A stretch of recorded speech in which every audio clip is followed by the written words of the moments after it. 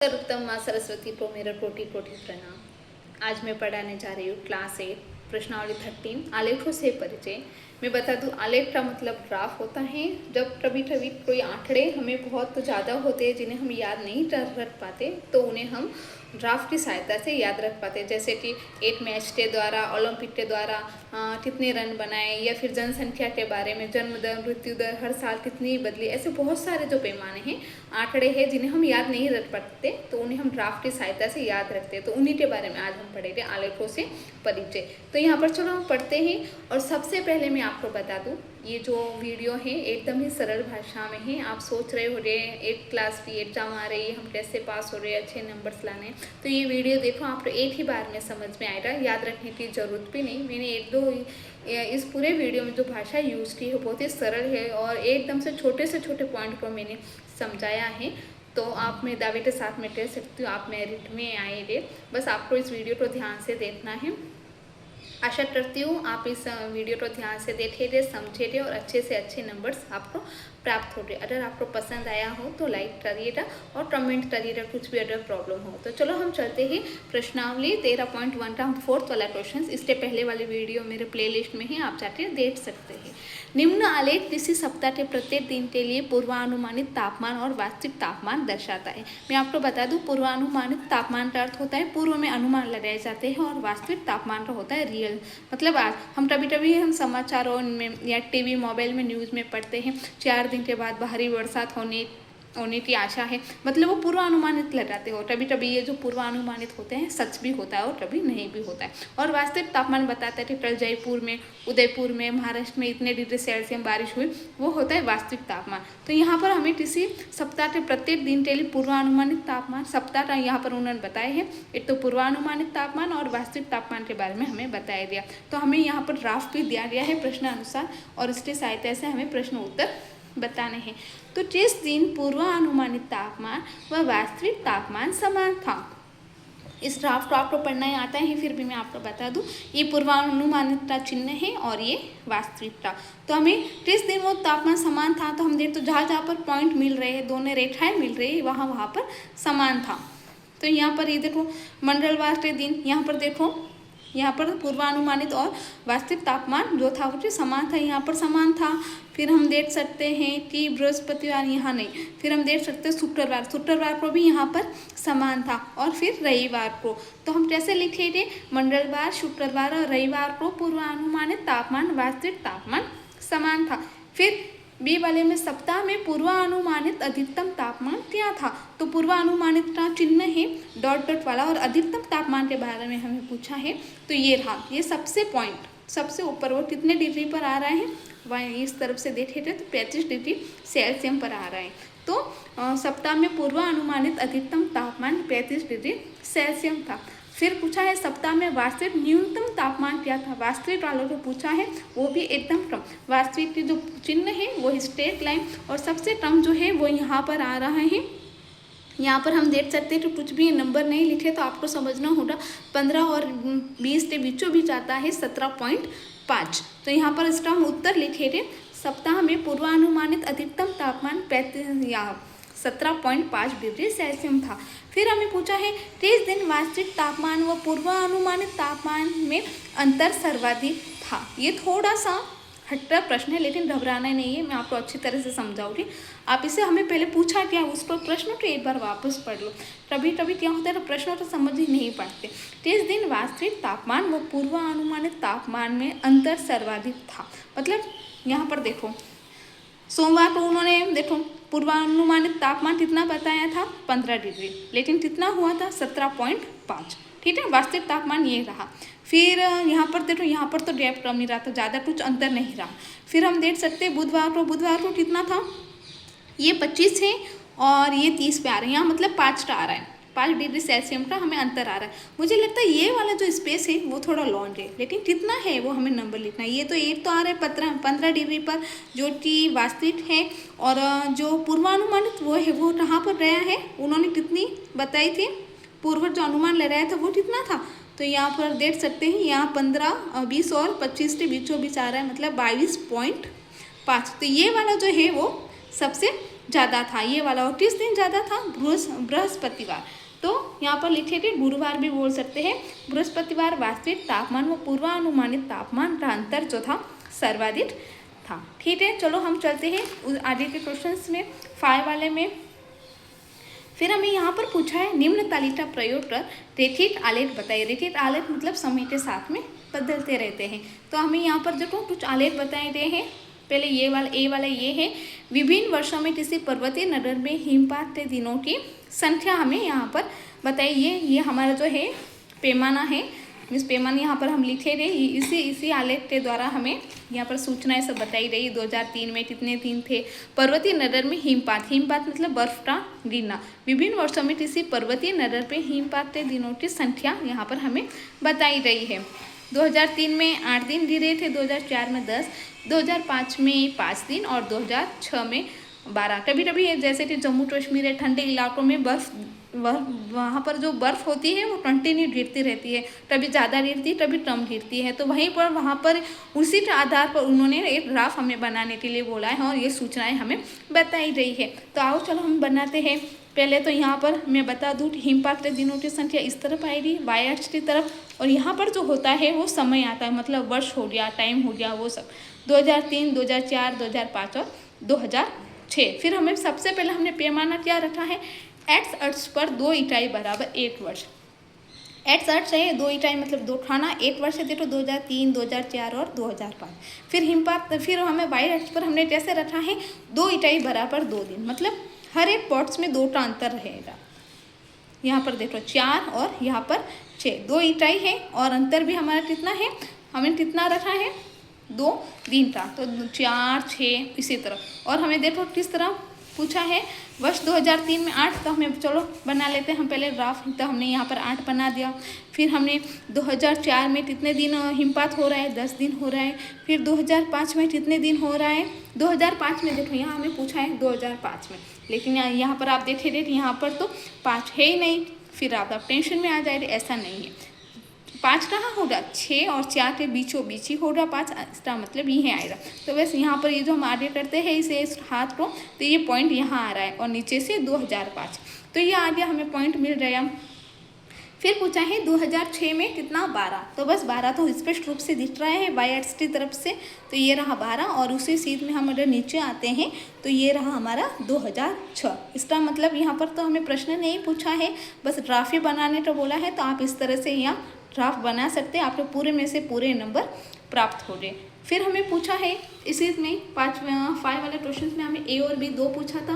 अब हम बी वाला क्वेश्चन हल करेंगे। विभिन्न वर्षों में एक गाँव में पुरुष व स्त्रियों की संख्या बताइए। मैं नहीं बोले किसी कहाँ स्त्रियों की संख्या होती है और पुरुषों की संख्या जो इतनी मुँह पे याद नहीं होती, तो उन्हें ग्राफ की सहायता से याद रखा जाता है। कभी कभी जन्म दर, मृत्यु दर, वो भी ग्राफ की सहायता से हमें याद रखा जाता है। तो यहाँ पर उन्होंने सूचनाएं दी रही है कि वर्ष 2003 में पुरुषों की संख्या कितनी थी, स्त्रियों की संख्या कितनी थी, इसी के आधार पर हमें ग्राफ बनाना है।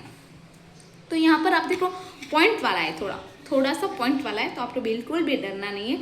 ऐसे क्वेश्चंस हालांकि आते नहीं, लेकिन कभी कभी आ जाते हैं कुछ डिफिकल्ट है, तो आपको बिल्कुल घबराना नहीं, वही है, बस आपको थोड़ा सा ध्यान देना है। तो पुरुषों की संख्या और स्त्रियों की संख्या का हम पहले तो चिन्ह बनाए देते हैं, जैसे हमने पिछले वाले क्वेश्चंस में पढ़ा था। पुरुष को हम स्ट्रेट लाइन से और स्त्री की हम डॉट डॉट लाइन से। तो हमें पहले 2003 में यहाँ बताएं पुरुषों की संख्या तो है 12 और स्त्रियों की संख्या है 11.3। तो देखो हमने पहले पैमाना क्या रखा वो पढ़ते थे। एक्स अक्ष 2 इकाई 1 वर्ष, 2 इकाई पर हमने यहाँ पर देखो 2 इकाई मतलब हर एक 2 इकाई में 1 वर्ष बदल रहा है, 2003, 2004, 2005। और वाई अक्ष पर हमने रखा है 2 इकाई बराबर 1 अंक, यहाँ पर 2 इकाई बराबर 1 अंक। ओके हो गया। अब हम पूछा है कि 12 2000 यहाँ पर देख सकते हैं 2003 में पुरुषों की संख्या है वो 12, तो 2003 में पुरुषों की संख्या तो आ गई 12। अब हमें पूछा है कि स्त्रियों की संख्या वो है 11.3। तो अब आप सोचोगे कि 11.3 कहाँ पर आएगा, देखो मैं आपको बता दूँ झूम करके, यहाँ बीचों बीच तो 11.5 ही आएगा। इसका मतलब 11.3 है वो नीचे ही आएगा, तो 11.3 यहाँ पर है। यहाँ पर इन्हीं पे आ रहा 11.3 यहाँ इस पर ही आ रहा, ये वाले और ये वाले थे बीच में, हमने यहाँ पर पॉइंट बना दिया है। फिर हमें आगे चलते हैं, हमें पूछा है पुरुषों की संख्या इस बार पॉइंट में है तो कितनी है 12.5। तो बस ये आ गया, यहाँ पर देख सकते हैं ये 12 है और ये 13 है, मतलब 12.5 तो इसके बीचों बीच आएगी, ये रही 12.5। पुरुषों की लाइन स्ट्रेट वाली थी तो बस ये आ गई 12.5 और फिर 11 और स्त्रियों की संख्या है वो 11.9। तो ये रहा स्त्रियों की संख्या, मतलब 12 से नीचे तो 11.9। फिर हमें पूछा है 2005 में है वो 13, मतलब इस बार सेम ही है, तो 2005 में ये रहा पॉइंट 13, मतलब दोनों की संख्या सेम है 2005 में। फिर हमें आगे बताया गया है सूचना कि 2006 में 13.2 था और 13.6 था, तो पुरुषों की जो संख्या थी वो 13.2, तो 13 कहाँ आ रहा है, ये आ रहा है 13, और फिर 13.2 तो यहाँ पर ये आ गया 13.2। मैंने थोड़े पेंसिल से कर दिया, अगर आप पेन से किया होता शायद आपको स्पष्ट रूप से समझ में आ जाता, क्योंकि पेंसिल थोड़ी सी मोटी होती है और ये जो बॉट्स होते हैं वो छोटे छोटे होते हैं, इसलिए आपको समझने में प्रॉब्लम आती है। नेक्स्ट टाइम मैं पेन से ही करूँगी। और फिर भी अगर आपको समझ में ना आए ये वीडियो तो आप प्लीज़ मुझे कमेंट करें, मैं ये वीडियो वापस बना दूँगी। और फिर पूछा है 13.6, मतलब 13.6 आ रहा है तो ये बीचों बीच से तो ऊपर ही आएगा, कि यहाँ पर बीचों बीच तो 13.5 आता है तो उसे 13.6 ये जो स्त्रियों की है। फिर हमें लास्ट में पूछा है 2007 में 13.5 है और 12.8, पुरुषों की संख्या है 13.5, तो ये यहाँ पर आएगा, देखो ये इस चीज़ में 13.5 इसके बराबर सेंटर में आएगा, ये रहा 13.5, और स्त्रियों की संख्या हमें पूछी है 12.8, तो मतलब 13 से नीचे ही होगी, तो ये 12.8। देख सकते हैं ये हमने ग्राफ बनाया है। कुछ भी डर लगा क्या, एकदम इजी था ना, बस पॉइंट वाला था इसलिए आपको थोड़ा सा डर लगा होगा, लेकिन कुछ नहीं, अगर आप अभी ये आपको समझ में आ गया होगा। चलो हम चलते हैं आगे की तरफ। अब है छठा वाला, एक डाकिया किसी नगर के एक ही पास स्थित उपनगर में व्यापारी को पार्सल पहुंचाने के लिए साइकिल पर जाता है। विभिन्न समयों पर नगर में उसकी दूरियां निम्न आलेख द्वारा दर्शाई गई। यहाँ पर हमें आलेख तो बताया दिया गया है और उसके साथ ही हमें यहाँ पर हमें प्रश्न भी पूछे गए हैं। तो आलेख इस तरह से है कुछ, ये आप देख सकते हैं हमने भी बनाया, और ये जो प्रश्न अनुसार है जो नोटबुक वाला है वो है। तो हमें यहाँ पर देखो ये आलेख बता दिया है, जो डाकिया 8 बजे से स्टार्ट हो रहा है, फिर कितने किलोमीटर की दूरी तय कर रहा है, वो सब बताया गया है। तो हमें प्रश्न यहाँ पर क्या पूछे, इसलिए हमें ग्राफ बनाने की जरूरत नहीं है। हमें पूछा है एक्स अक्ष पर समय दर्शाने के लिए क्या पैमाने प्रयोग किए गए, तो एक्स अक्ष पर समय दर्शाने के लिए पैमाना 4 इकाई बराबर 1 घंटा का प्रयोग किया गया। कैसे किया, देखो यहाँ पर बॉट्स कितने 1 2 3 4, मतलब 4 इकाई और कितने घंटे रखे हैं उन्होंने 1 घंटा, तो बस देखो 8 और 9 मतलब 1 घंटा, तो बस इसका तो उत्तर आ गया। फिर हमें पूछा है उसने पूरी यात्रा के लिए कितना समय लिया, ये मेन इंपॉर्टेंट है, यहाँ थोड़ा आपको समझना होगा उसने पूरी यात्रा के लिए कितना समय लिया। तो देखो मैं इस ग्राफ की सहायता से आपको समझाती हूँ। 8 और 9 कितना हुआ 1 घंटा, 9 से 10 2 घंटा यहाँ हुआ। यहाँ तो वो रुक गया था, यहाँ वो रुक गया तो ये काउंट नहीं होगी, ठीक है।